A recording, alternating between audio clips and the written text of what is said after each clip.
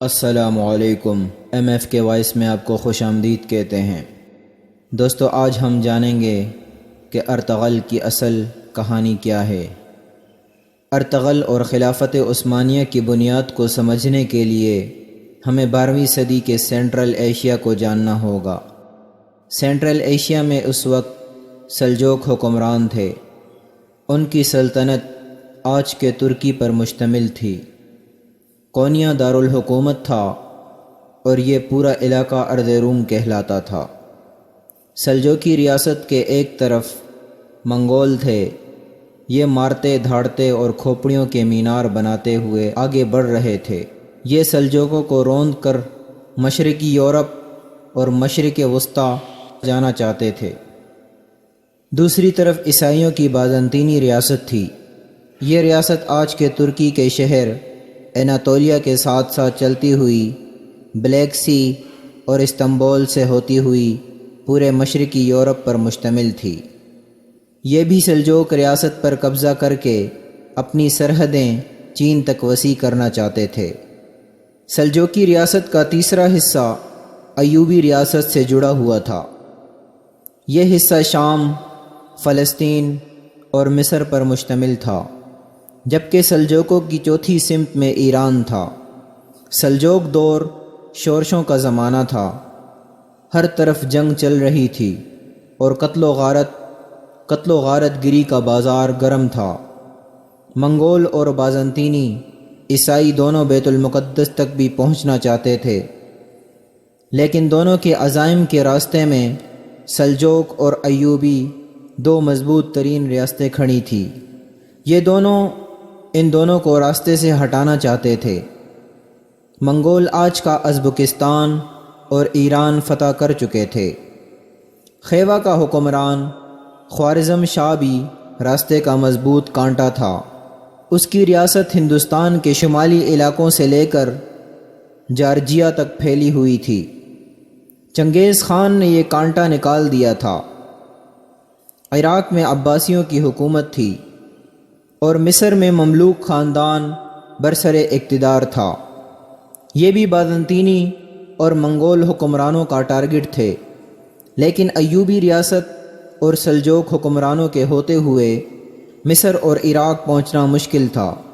چنانچہ منگول اور بازنطینی عیسائی دونوں ایوبیوں اور سلجوقوں کے خلاف اکٹھے ہو گئے۔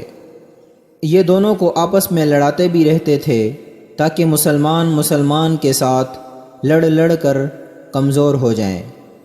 دوسرا، منگول خود بھی ایوبیوں اور سلجوقوں پر حملہ کرتے رہتے تھے، اور تیسرا، بازنطینی صلیبی جنگوں کے ذریعے ایوبی ریاست پر حملہ آور ہوتے رہتے تھے۔ لہٰذا دونوں ریاستیں باہمی اور بیرونی حملہ آورنگی کی وجہ سے کمزور ہو رہی تھی۔ بازنطینی اور منگولوں نے ایوبی اور سلجوق دونوں ریاستوں کے محلات میں اپنے جاسوس بھی چھوڑ رکھے تھے۔ یہ لوگ بھی بادشاہوں کو محلاتی سازشوں میں الجھا کر کمزور کرتے چلے جا رہے تھے۔ چنانچہ وہ ایک مشکل دور تھا۔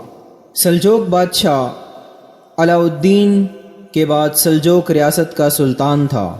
یہ منگولوں، ایوبیوں اور محل میں موجود غداروں سے بیک وقت لڑ رہا تھا۔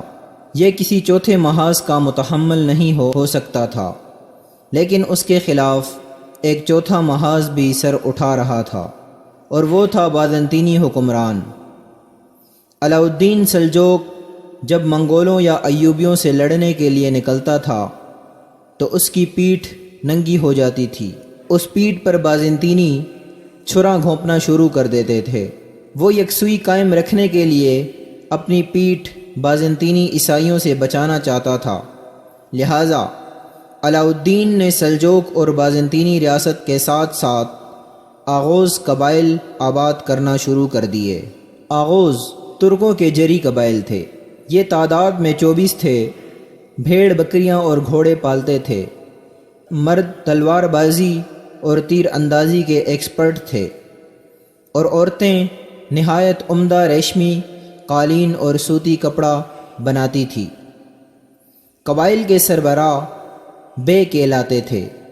قبائل کی زبانوں کے 37,000 لفظ بعد ازاں اردو میں شامل ہوئے۔ ہماری زبان کا ہر تیسرا لفظ آغوز ترک قبائل سے ہندوستان آیا تھا۔ یہ قبائل اس قدر جنگجو تھے کہ یہ کسی دوسرے قبیلے کے بے کو بھی اپنا سربراہ ماننے کے لیے تیار نہیں ہوتے تھے، تاہم یہ سلجوق بادشاہ کو اپنا حکمران مانتے تھے۔ علاؤالدین سلجوق نے ان پر کنٹرول رکھنے کے لیے 24 قبائل کے سربراہوں کی بے مجلس بنائی اور سلجوق خاندان کے ایک شہزادے امیر سعادت کو اس کا سربراہ بنا دیا۔ یہ وزیر کہلاتا تھا۔ آغوز قبائل ریاست کے لیے 2 کام کرتے تھے۔ یہ بازنطینی حملہ آوروں کا راستہ روکتے تھے اور اناطولیہ، مشرقی یورپ، ایران اور فلسطین جانے والی شاہراہ ریشم کے تجارتی قافلوں کی حفاظت کرتے تھے۔ قائی ان 24 آغوز قبائل میں سے ایک کمزور قبیلہ تھا۔ یہ لوگ تعداد میں بھی کم تھے اور مال مویشیوں اور دولت میں بھی، تاہم اس کا بے سلیمان شاہ معزز اور بہادر شخص تھا۔ یہ اپنے قبیلے کے ساتھ آج کے شام کے شہر رقہ کی مضافاتی وادی میں آباد تھے۔ اس کے 4 بیٹے تھے۔ ارطغرل کا دوسرا نمبر تھا۔ ارطغرل انتہائی بہادر، سمجھدار اور ماہر جنگجو تھا۔ والد اس سے بہت محبت کرتا تھا۔ ارطغرل شکار کا رسیا تھا اور یہ اپنے 3 دوستوں ترگت، عبد الرحمن اور دون کے ساتھ شکار کھیلتا رہتا تھا۔ ارطغرل کے تینوں دوست یتیم تھے اور انہیں ان کی ماں حیمہ خاتون نے پالا تھا۔ وہ ارطغرل کے ساتھ پل کر جوان ہوئے تھے، چنانچہ وہ اس پر جان چھڑکتے تھے۔ اس زمانے میں عالم اسلام میں 2 عظیم صوفی دانشور تھے، مولانا روم اور حضرت محی الدین ابن عربی۔ مولانا روم قونیہ میں رہتے تھے اور وہ سلجوق حکمرانوں کے روحانی استاذ تھے، جبکہ ابن عربی کا مدرسہ حلب شہر میں تھا۔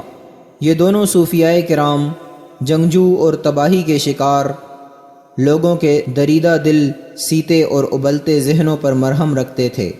ابن عربی باطنی علوم کے ماہر تھے۔ یہ ایک بار اپنے مریدوں کے ساتھ جنگل سے گزر رہے تھے۔ ارطغرل شکار کے لیے نکلا ہوا تھا۔ اس نے ہرن کے ایک بچے پر تیر چلایا۔ ہرن کے بچے کی ٹانگ زخمی ہو گئی اور وہ دوڑ کر ابن عربی کے پاس چلا گیا۔ حضرت نے اس کی زخمی ٹانگ پر مرہم لگایا اور پٹی کر دی۔ ارطغرل اپنا زخمی شکار تلاش کرتا کرتا ابن عربی تک پہنچ گیا۔ حضرت نے اسے اپنے ساتھ بٹھایا، کھانا کھلایا، اس کی آنکھیں اور پیشانی دیکھی اور مسکرا کر فرمایا، تمہیں جتنے ملکوں کے نام یاد ہیں تم وہ بولو۔ ارطغرل کو جتنے نام آتے تھے وہ بول دیے۔ حضرت نے فرمایا، بس تمہیں صرف یہ یاد ہیں۔ ارطغرل نے ذہن پر زور دے کر ان میں مکہ، مدینہ اور فلسطین بھی شامل کر دیے۔ حضرت ابن عربی مسکرائے اور فرمایا، جاؤ یہ سارے ملک تمہارے ہوئے۔ ارطغرل کا قبیلہ اس وقت قحط کا شکار تھا، برف باری سر پر تھی اور یہ لوگ اپنے جانوروں کے لیے خوش چارے تک کا بندوبست نہیں کر سکتے تھے۔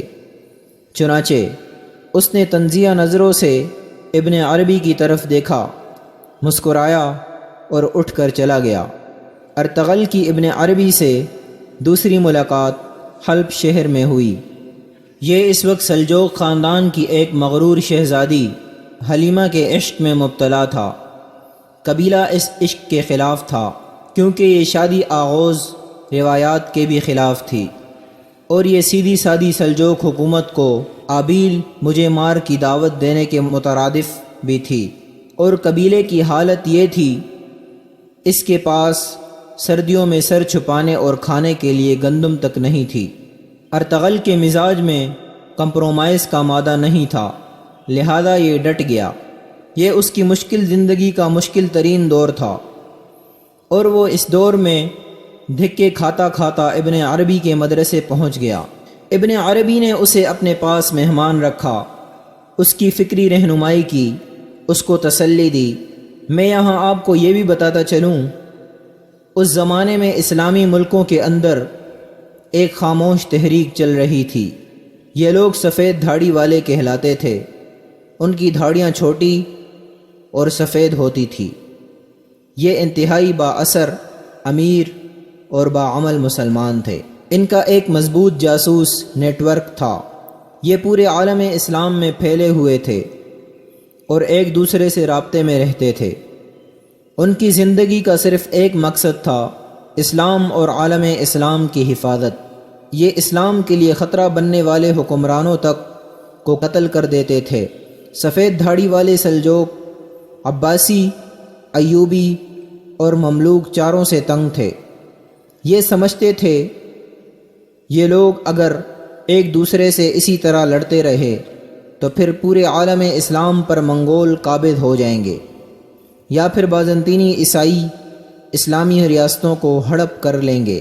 ان کا خیال تھا پورے عالم اسلام کو ایک ایسی مضبوط ریاست چاہیے جو عیسائیوں اور منگولوں کا مقابلہ بھی کر سکے اور یہودی سازشوں کا تانا بانا بھی توڑ سکے۔ یہ لوگ ابن عربی سے متاثر تھے۔ ابن عربی نے ارطغرل کا رابطہ ان لوگوں سے کرا دیا۔ یہ لوگ اس سے متاثر ہوئے، لیکن ان کا خیال تھا یہ ابھی اتنا میچور نہیں کہ یہ کوئی ریاست بنا سکے اور چلا سکے، لہٰذا ان لوگوں نے اس کی پرورش اور تربیت کا فیصلہ کر لیا۔